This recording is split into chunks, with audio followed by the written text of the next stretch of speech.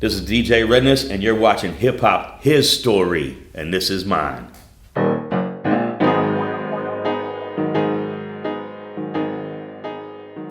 Yeah, my real name's Adam Evans from Fort Myers, Florida. Went to Cypress Lake. CLB, we in the building. DJ Redness. I guess it depends on what part of my story you're interested in hearing about, because I've lived a long life inside this music community, and I've played a lot of different roles. For me, hip hop was the only music genre that spoke about my own real life experiences. It was the only music genre that, when I would hear songs, I could relate to the things that they were speaking about. And that's what it means to me. The emotions that it brings. The way that it can make you happy or angry or sad or, ready to fight. As a DJ, I can bring these emotions out in people on the dance floor just with my song selection and how I program my night. And, I try to take people on a journey from, easing their way into the dance floor to dancing and partying all night to winding them down to where they're going home to make babies. Yeah, so I started a music magazine called 239 the Magazine when the area code in Fort Myers changed from 941 to 239. And I worked out a good deal with the radio station. They would trade me for advertising for the back cover on Clear Channel. And I had this guy that approached me while I was doing it named Ronell Levette, who's Mr. Big Gates Records now. And he approached me about being my marketing manager for the magazine. I was only 18 years old at the time. And he knew all these people and was doing all these different shows and events and stuff. At the time he was doing stuff with this artist Shout Out and 6 for the 50 and Brandon Graham. And him and I linked up. He became the marketing director for my publication. And his music business grew exponentially while him and I were working together on this publication. And so, we did some calendar girls, and we did some really cool stuff in relation to the publication. But he also was in touch with the hip hop community exponentially, and so we started throwing shows and events together and concerts together. And I would co-brand them with the magazine. And he introduced me to the Babylon Boys, who I still interact with to this day. They go by different names and entities now, but a lot of those relationships that I built during that time, I still have. And I watched him kind of, tell me what his dreams and goals were, and then go out there and achieve them and just kill it, So I was involved in a bunch of nightclub related stuff where there was a bunch of shootings and a bunch of crazy stuff happening. And so I kind of took a break from the nightclub scene for a few years. And, during that time, they really blew up. So I've always loved music. And when I was a kid, music was like my release. And when I started working, one of the first things I did with my first big check was buy a massive sound system for my room. And the sound system was so big, a lot of my friends would want to borrow my sound system for their birthday parties. And so, which were all parties that I was going to be attending anyway. So, had a pretty big friend circle from playing football and playing sports all growing up. And so I started bringing my speakers to different house parties and different parties that I was going to be attending anyway. And, from there, it kind of was like I bought a DJ mixer and started actually playing the music, since it was my stuff anyway. And, just fell in love with music, fell in love with hip hop because that's, the only music that I knew at the time. it's the music that I grew up on. And,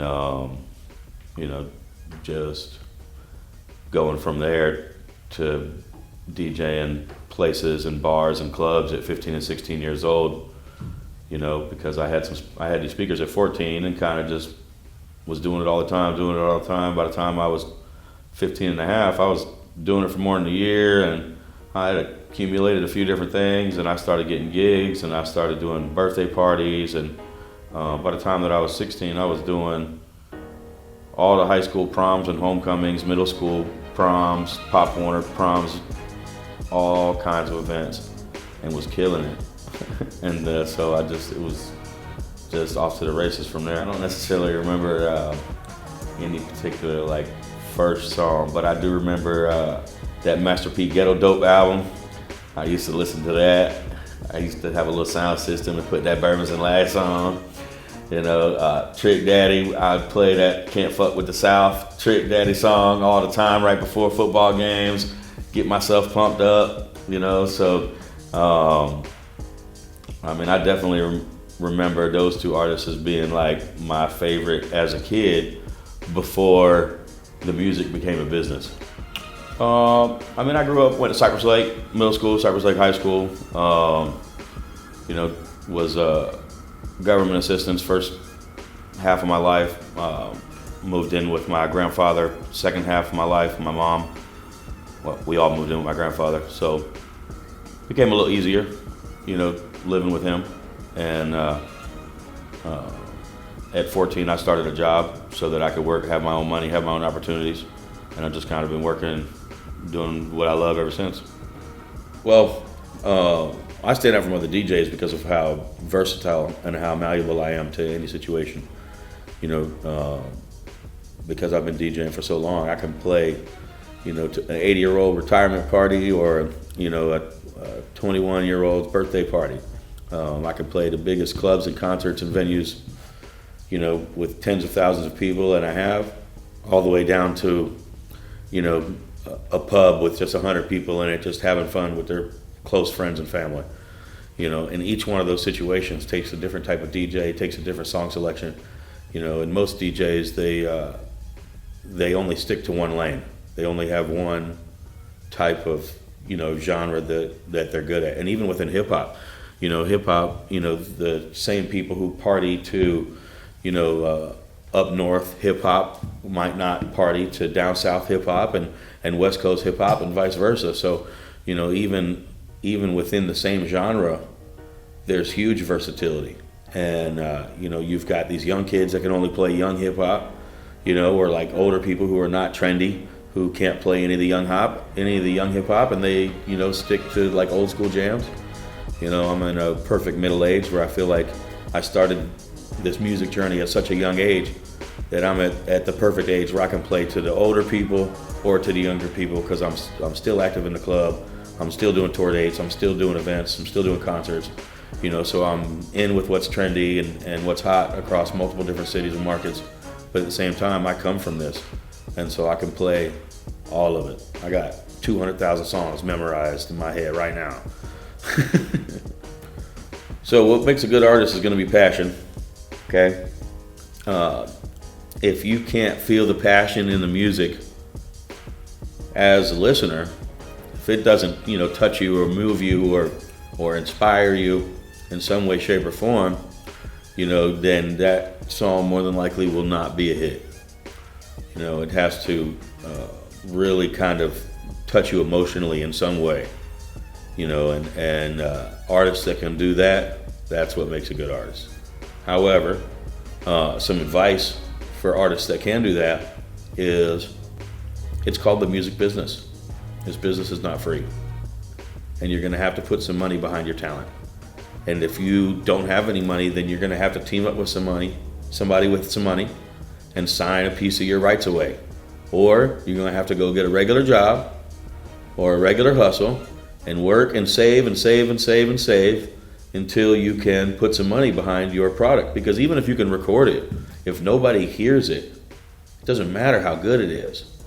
Even the best artists put marketing money behind their music. McDonald's still buys advertising even though everyone knows who they are for a reason.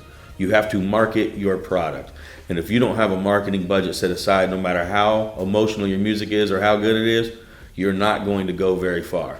So my advice for artists is understand that it's not just about talent. Talent is only going to get you so far. It's not going to take you where you need to go. You're going to have some money or somebody with some money to market your product. And your product as an artist is you. So be thankful if somebody's willing to put some money behind you as a product, because not a lot of people are willing to put their money behind somebody like that. My inspiration is to create money doing what I love. You know, my personality characteristic, I think, would be successful in other genres at a very high level. You know, let me rephrase that. Let me repeat that. My personality characteristic would be successful in other job types if I chose to do, you know, a career in other things. I choose to continue my career in music because it's what I love. I mean, definitely in Fort Myers, I threw many parties. You know, I would do these Greek game parties for years. Many of y'all probably been to them, where I did Jello wrestling, and then I would also do like this 6-pack for 6-pack competition where I get guys to take their shirts off and hold 6 packs of beer up the longest for the girls. And then we would take this, it was a whole bunch of shows. We would do like a sex position competition where we put 60 seconds on the clock and get couples to get on stage and see how many sex positions they can get in 60 seconds. So we would just have this whole night, we called it the Greek Games, of just crazy, just drunken, stupid wildness, you know, and I'm sure there's some MySpace pictures floating around from those days, but we did those shows for many years in multiple cities, you know, and then concerts. I've thrown more concerts than I can even count at this time. And I always put my name on the flyer, but I normally put it at the bottom, and I sell the presenting rights. You know, so a lot of these things that you guys see where it says so-and-so is throwing the concert, they might not have even really be throwing that show. They probably paid somebody to be the title sponsor of that show. You know, so, which is cool, and I support that, because big shows with big artists gets tons of attention and lots of publicity. And so there should be a title sponsor on these shows, you know, help eat up some of these costs. The price that an average artist is charging these days is astronomical. I mean, it's unspeakable how you can be profitable as a promoter and pay these prices. You know, and a lot of these guys want to just throw these parties just to be known for throwing these parties. And I look at a lot of opportunities come across my desk for major artists that I pass on all the time because I'm not paying that price. It's simple math. If the venue holds 1,000 people and tickets are $40, that's $40,000. I cannot pay the artist $40,000. Where's my profit? You know, and some promoters fail to realize that, or fail to even pay attention to that, and that's crazy to me. And they drive the price of these artists through the roof, you know.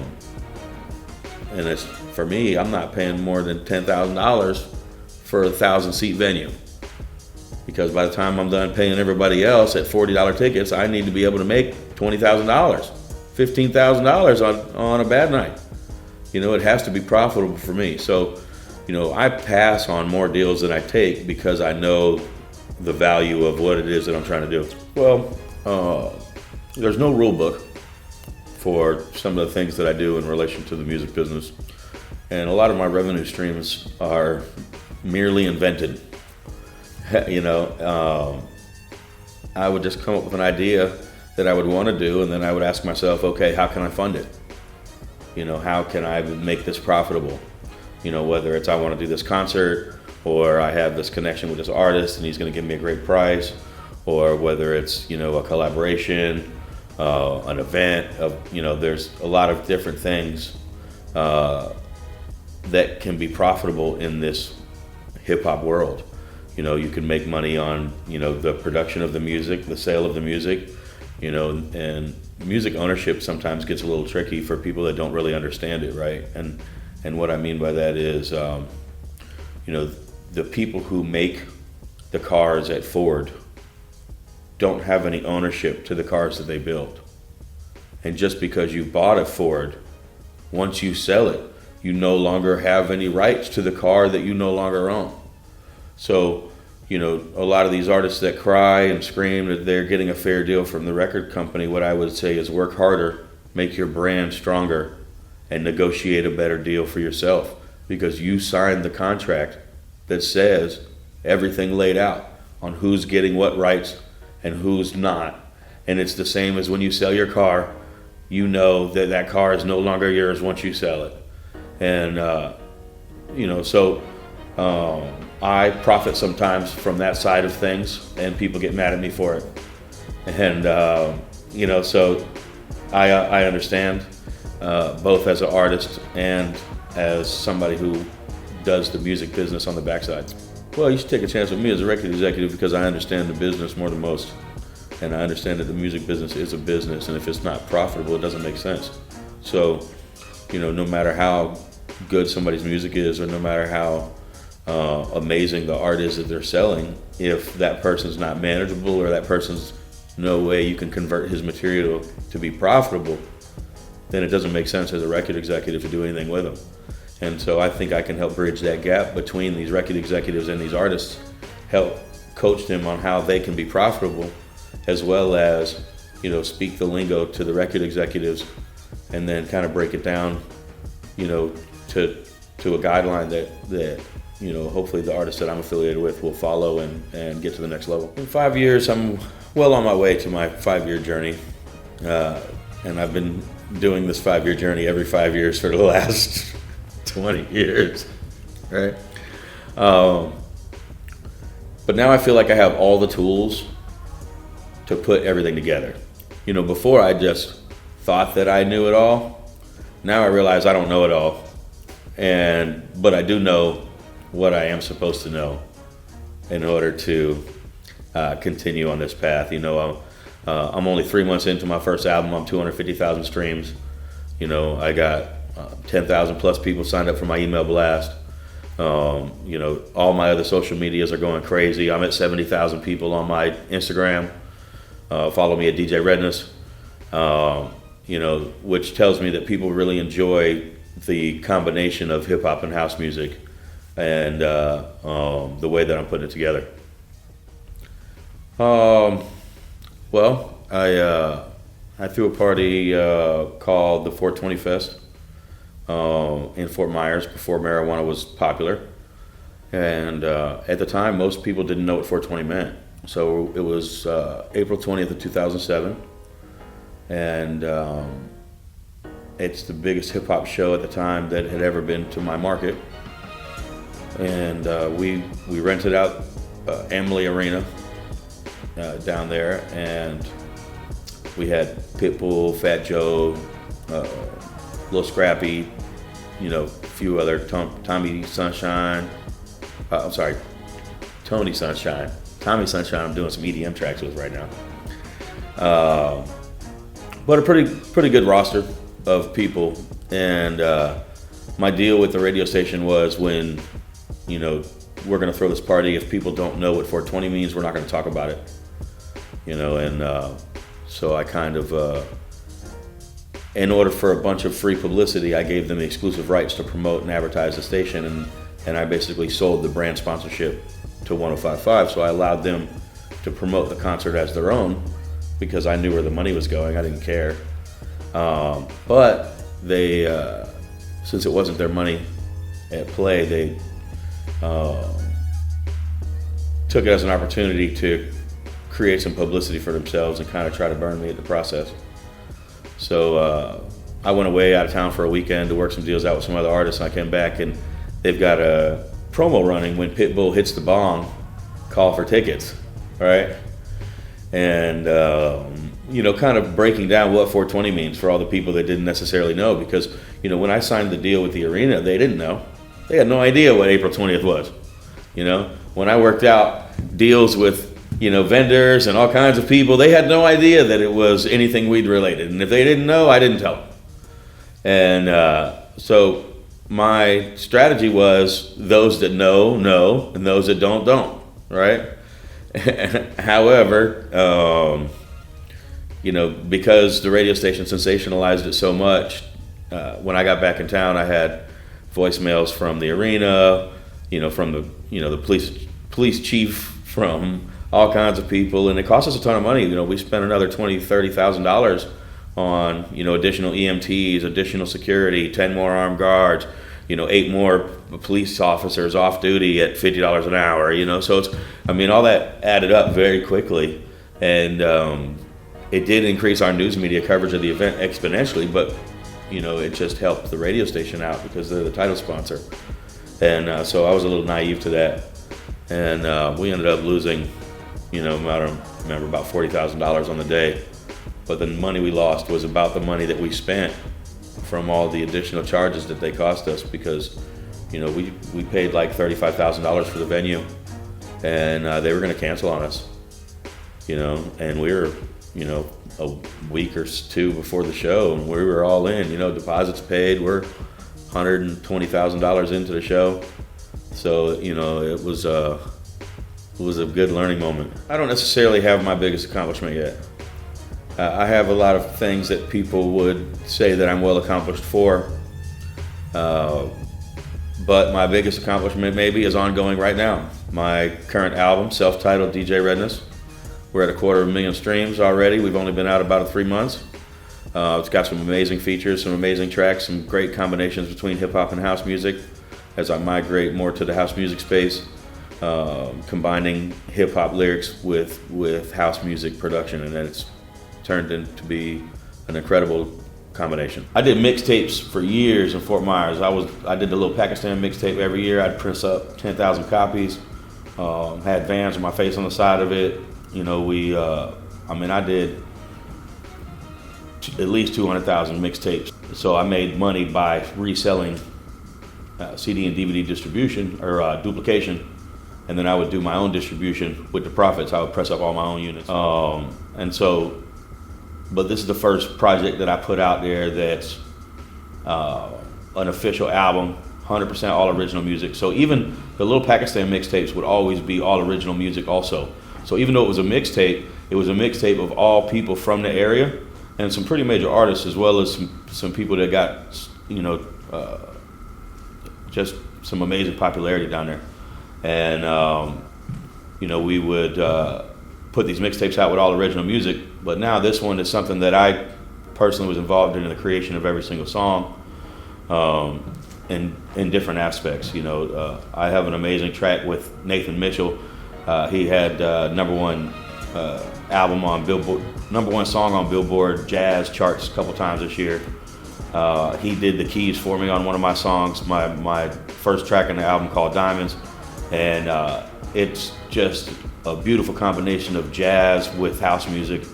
With a singer that I got from Bulgaria actually, and I had her do the vocals kind of remotely, and just what a great piece. That track came together well. So, but that's one of many tracks where, depending on the song, I had different collaborations and different people involved at different stages.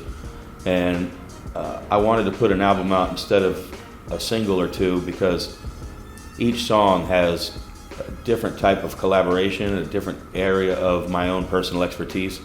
And I wanted to show a body of work of all the things that I'm capable of doing, where I felt like a single song, would get me grouped into one particular, type of producer or one particular type of DJ. And I wanted to show how well-rounded I was by combining multiple genres. Yeah, definitely DJRedness.com for all kinds of crazy stuff that I got going on. Definitely on my socials, little PG-13 on Facebook at DJ Redness. We get to a little rated R if you go to our Instagram at DJ Redness, and things get a little crazier on my Snapchat. So, just ascending in that order. But definitely, check me out there. Also, my new album with featuring a song I have with Cassidy is just amazing for hip hop. What a great collaboration for hip hop and house music. Cassidy blessed me with just some fire, like 50 bars of just straight fire over top of a house beat, and it's the old Cassidy with some new flair, and we chopped it up and did some things to it, and that song's called Solidified. It's out now. It's on my album, DJ Redness. You can find it on Spotify, Apple Music, all the links. Definitely please check me out, follow it, let me know what you think. If you hate it, comment, tell me it sucks. If you love it, comment and let me know. Thumbs up me. All right? YouTube, everywhere. DJRedness.com. I hope to see you there.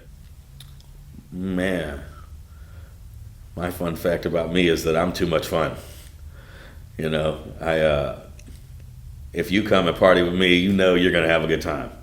And it's going to be debaucherous, and it's going to be crazy.